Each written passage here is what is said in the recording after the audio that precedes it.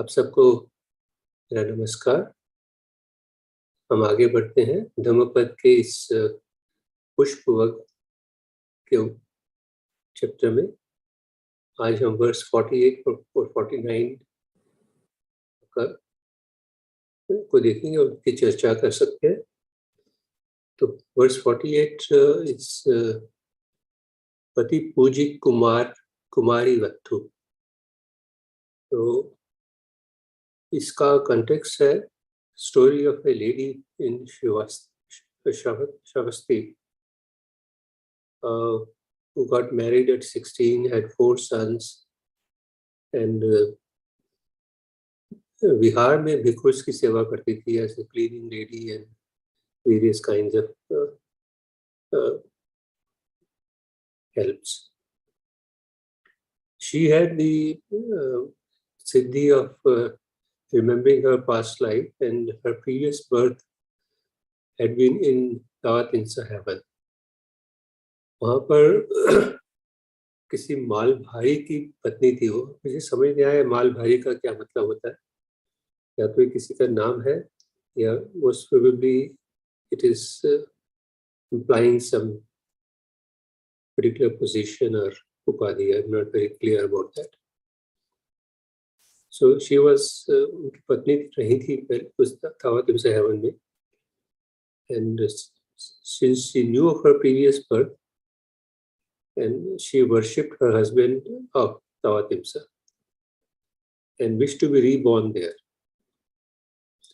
Eventually, she completes her life at Earth and is reborn there because of her devotion to bhikkhus and others. And when she was reborn there, she got reunited with her husband, and she was asked where was she since morning. Apparently, Tavatimsa heaven का एक दिन इतना लंबा होता है कि उसकी पूरी उम्र उसमें गुजर गई। तो and they were surprised to hear that she had died, reborn on earth, and again got reborn in Tawatimsa. Very interesting sequence of things, all within the space of a single day at Tawatimsa heaven.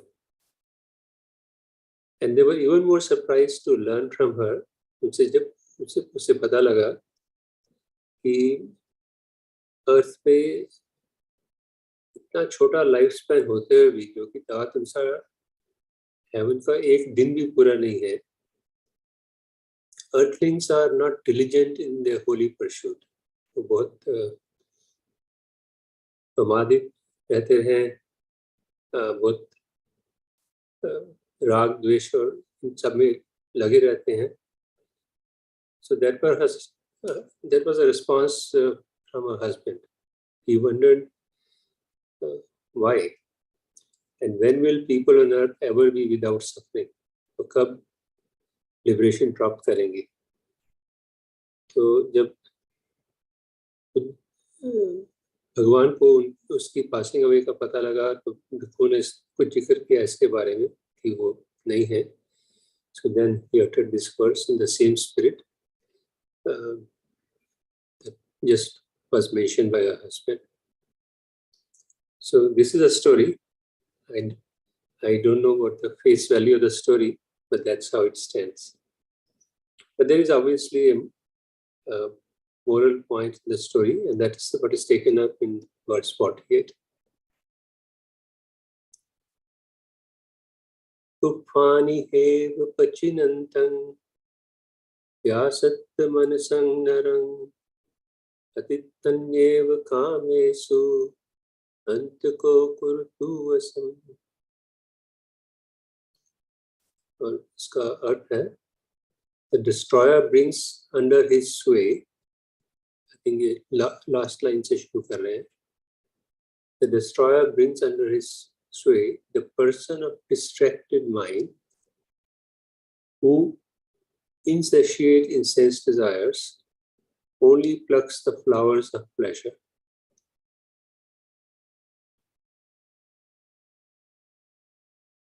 So that is how the sutta goes.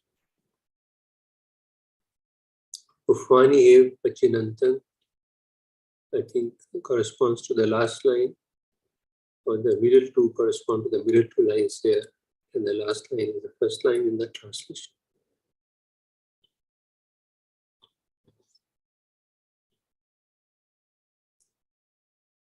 ज्ञान मुनिंदो का translation इस प्रकार है,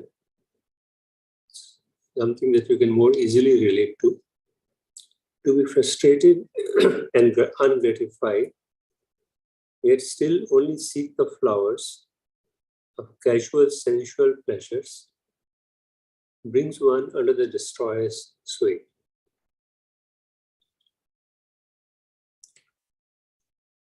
Ajahn Munindo की कोई reflection नहीं है इसके ऊपर, so I just thought of jotting down some thoughts that occurred to me as a reflection.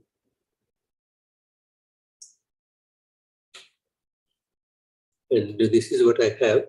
Just read it out. अगर हम अपनी consciousness को देखें तो sankharas keep bouncing this consciousness into something new attractions. ये हमारा common day experience है, और ये जानते हुए कि कोई भी experience हमें satisfy नहीं कर सकता, पूरी तरह से gratify नहीं कर सकता. पुराने experiences सारे inadequate रहे होंगे, पर ये आदत जो हमारी है वो बनी हुई है.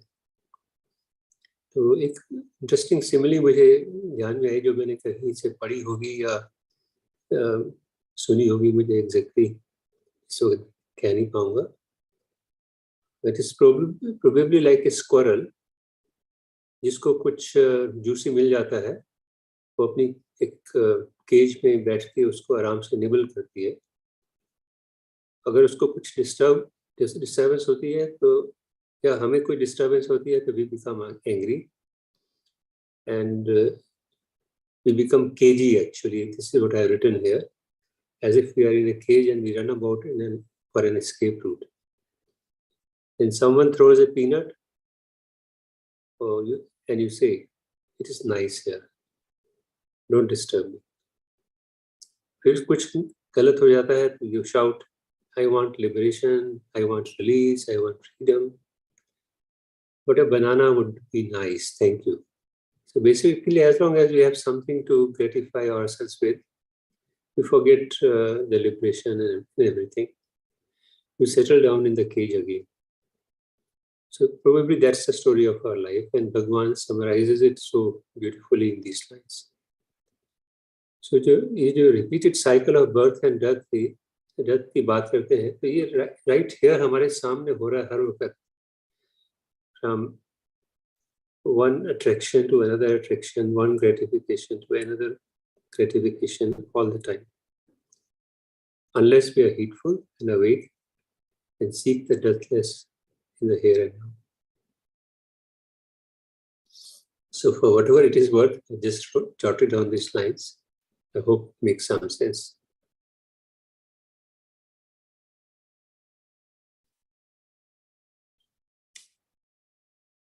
अगर किसी का कुछ अपना विचार है इस यूनिवर्सिस के बारे में, something different or some comment,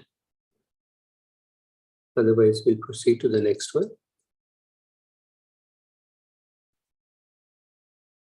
Okay. This is Machriyako Sesate Vattu. Sesati Vattu. The context here is the story of Kosi sage, very miserly person, in fact, very miserly couple, husband and wife, and they would not share their riches with anyone, और दान का तो कुछ मतलब ही नहीं था. एक बार couple ने decide किया they will cook some tasty goodies like malpuas or something secretly, कि उनको शेयर नहीं करना पड़ेगा दूसरों से. लेकिन भगवान ने अपनी डिवाइन विजन से देखा कि दे वर एक्चुअली रेडी फॉर सोतापन। उसका कुछ कारण रहा हो, ऐसा भगवान ही जानते हैं। तो उन्होंने मोगलाना को भेजा उनको जेतवन में लाने के लिए। मोगलाना गए और उन्हें दान की महत्ता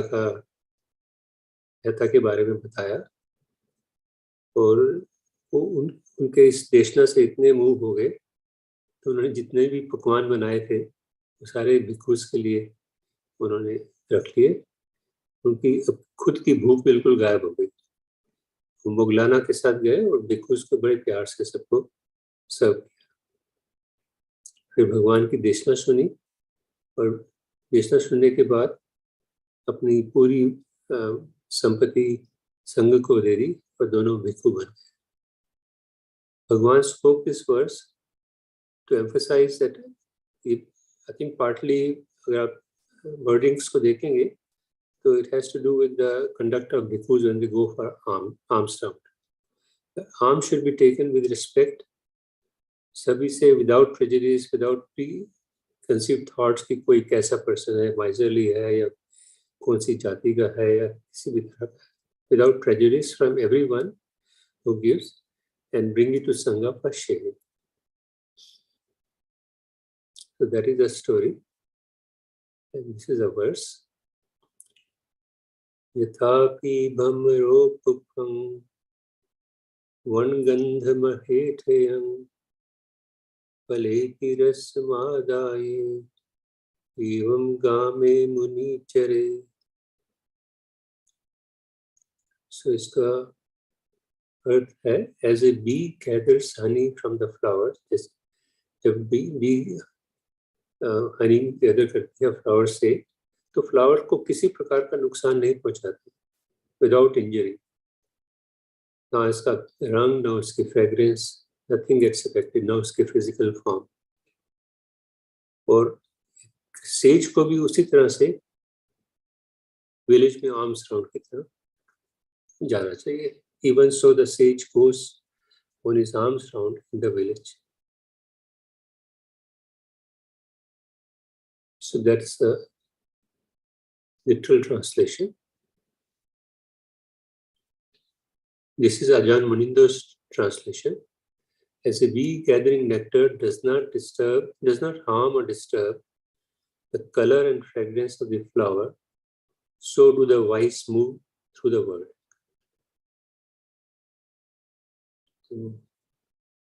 Ajahn Munindo की भी रिफ्लेक्शन है। उससे पहले मैंने कुछ जॉट डाउन करने की कोशिश की थी, अगर आप देखना चाहें तो देखिए।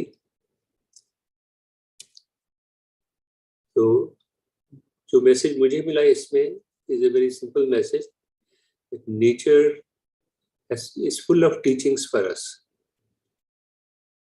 और कभी कभी तो ऐसा लगता है कि जो प्रकृति के नियम है वो शायद मिडिल वे के जो बैलेंस का बात है उस पर आधारित है।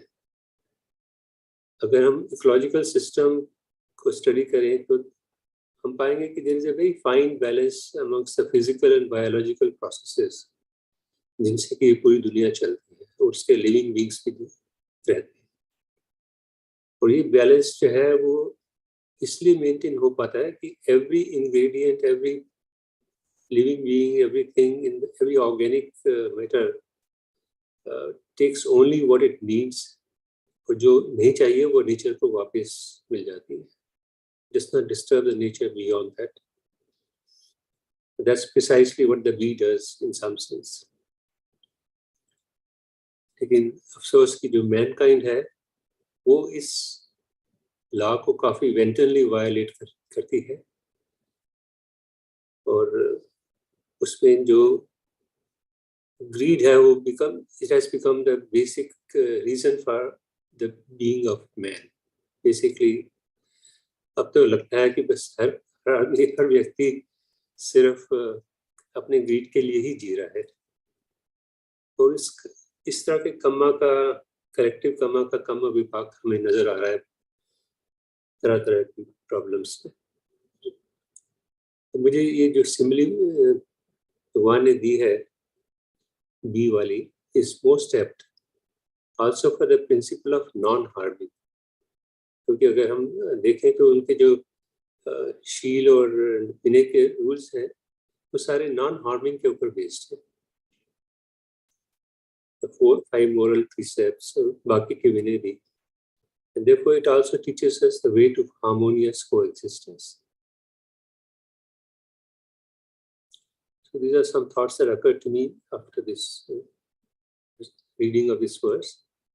Ajahn Munindar, fortunately I could find 2 reflections, and they're probably not terribly different, but if you permit me, I'll read out both of them here.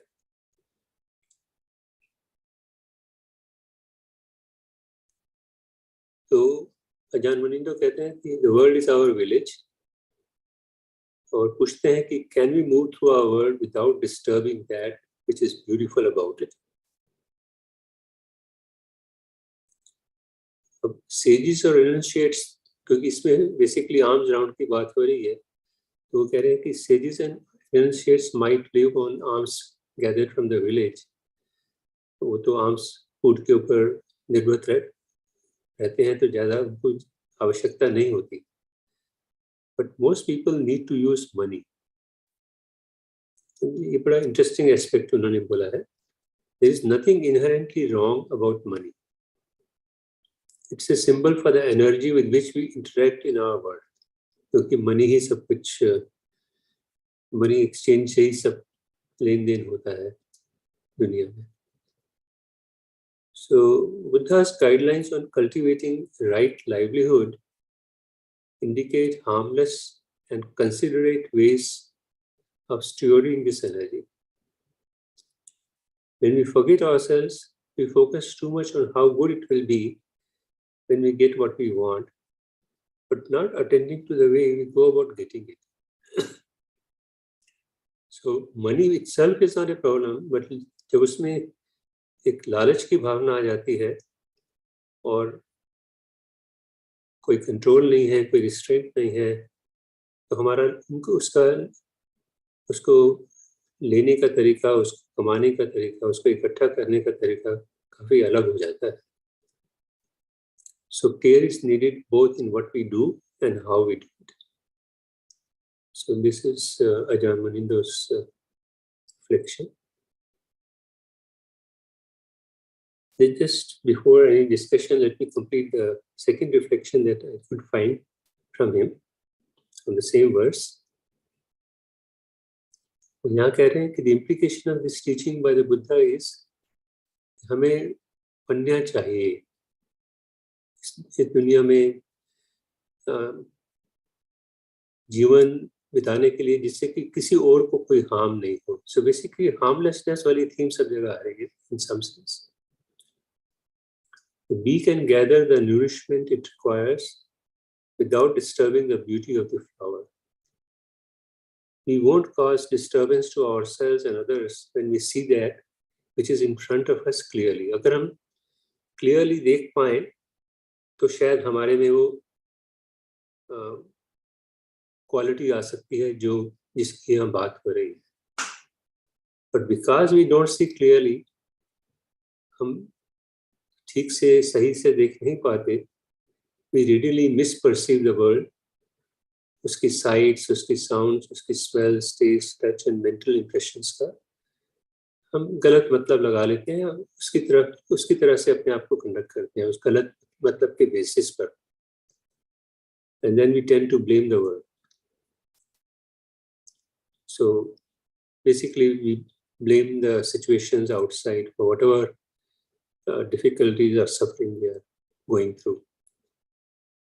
It is not the world's fault, but our limited ability to see clearly. If you want to contribute to the beauty around us and not feed into the chaos, we need to work towards wisdom. तो पन्या का बहुत जरूरी है और हमारी साधना का वही उद्देश्य. So this is what I have to submit. Any comments, any thoughts are welcome from anyone.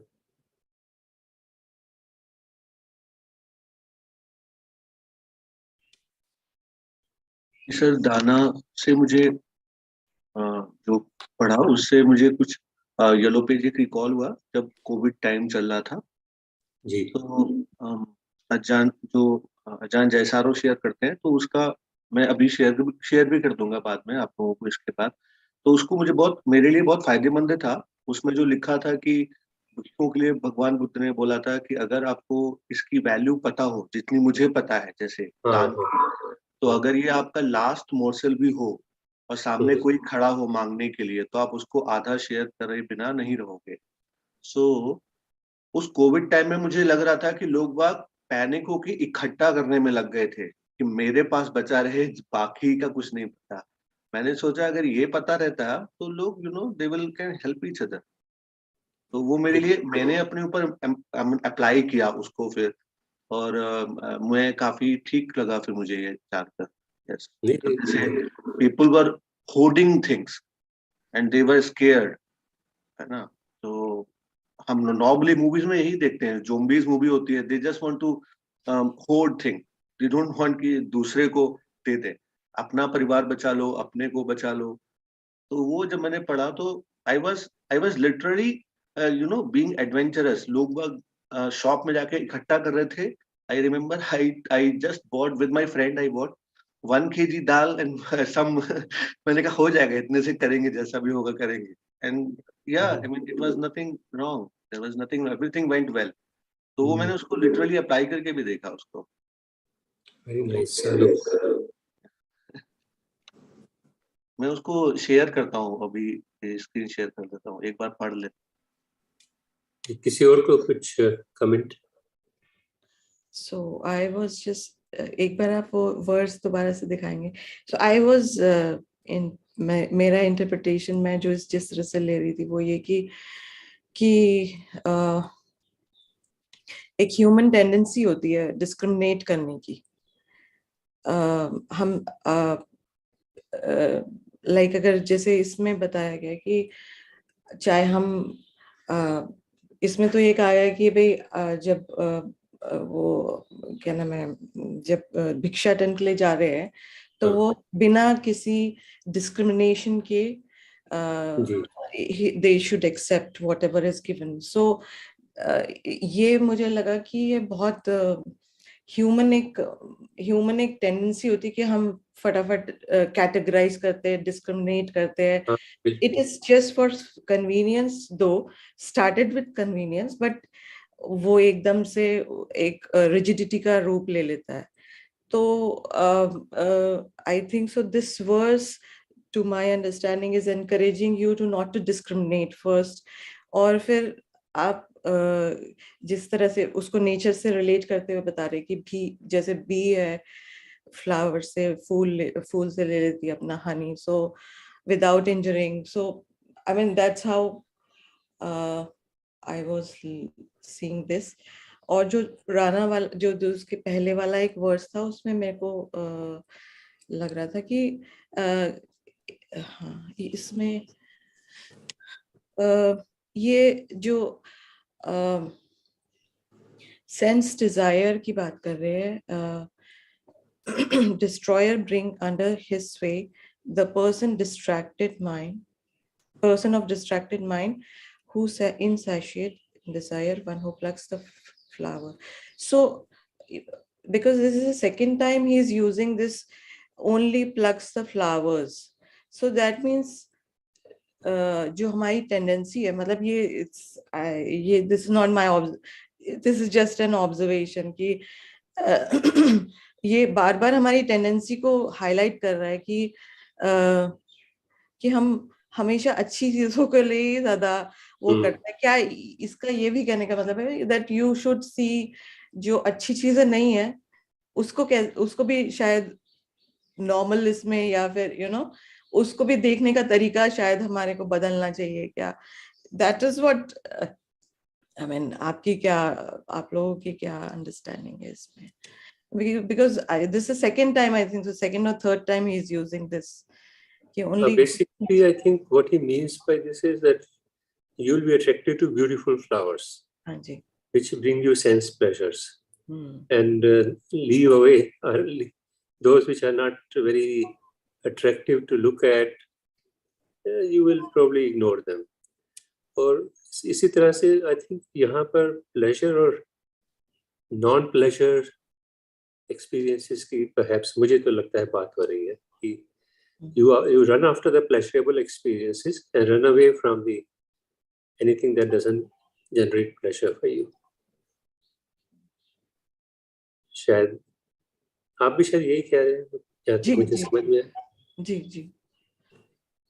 इसको अगर समझेंगे, दोनों को मिला करके अगर देखते हैं हम्म, तो बात बड़ी साफ समझ में आ रही है कि देखिए, ह्यूमन टेंडेंसी जो है right from the day the human being was born on this earth, उसने सर्वाइवल के लिए वो सब कुछ किया है जो शायद नहीं करना चाहिए, and it is continuing till date. So whether be it against the nature, be it against the fellow human being, the wars are happening. Even today we have a war. तो वो जो एक डिजायर है, not desire to just sustain the life with bare minimum. हम बात करते हैं sustainability की लेकिन उस पर चलते नहीं है. मैं वही आपसे कहना चाह रहा था कि ये जो बात है ना कि ये हम अपने डे टू डे लाइफ में भी देख सकते हैं. बिल्कुल. कि बहुत गजब की एग्जांपल है कि भंवरा जो है फूल में से जो उसको चाहिए वो ले रहा है, लेकिन फूल को डिस्टर्ब नहीं कर रहा. और हमारा क्या है कि हम तो फूल को ही तोड़ रहे हैं, हम तो फूल को ही हटा दे हैं, क्योंकि मुझे वो फूल बड़ा खूबसूरत लग रहा है और मेरे को अपने ड्राइंग रूम के लिए चाहिए, मैंने उसको फूल को तोड़ दिया या मुझे उसको बेचना है. तो हम देख रहे हैं कि हम किस तरह से. लेकिन दूसरी तरफ से आप ये भी देखिए कि नेचर फिर भी हमारी मदद करती है. कि नेचर कह रही है कि तुम और पौधे लगाओ यार, ठीक है, तुमको अगर ये पौधा पसंद आ गया तुमने ले लिया, लेकिन इस तरह के फूल और लगाओ. तो वो भी एक नेचर में हमारी मदद करती है कि अबंडेंस में हमको दे सकती है. That is perhaps how the human race has survived, and from where what we were and what we are today is all because of what nature wanted to give us, and how people have been able to get what they wanted, and we are still on the progressive path. But yes, ये जो restraint है, self restraint in and fulfilling our sense desires to ultimate is creating the big problem.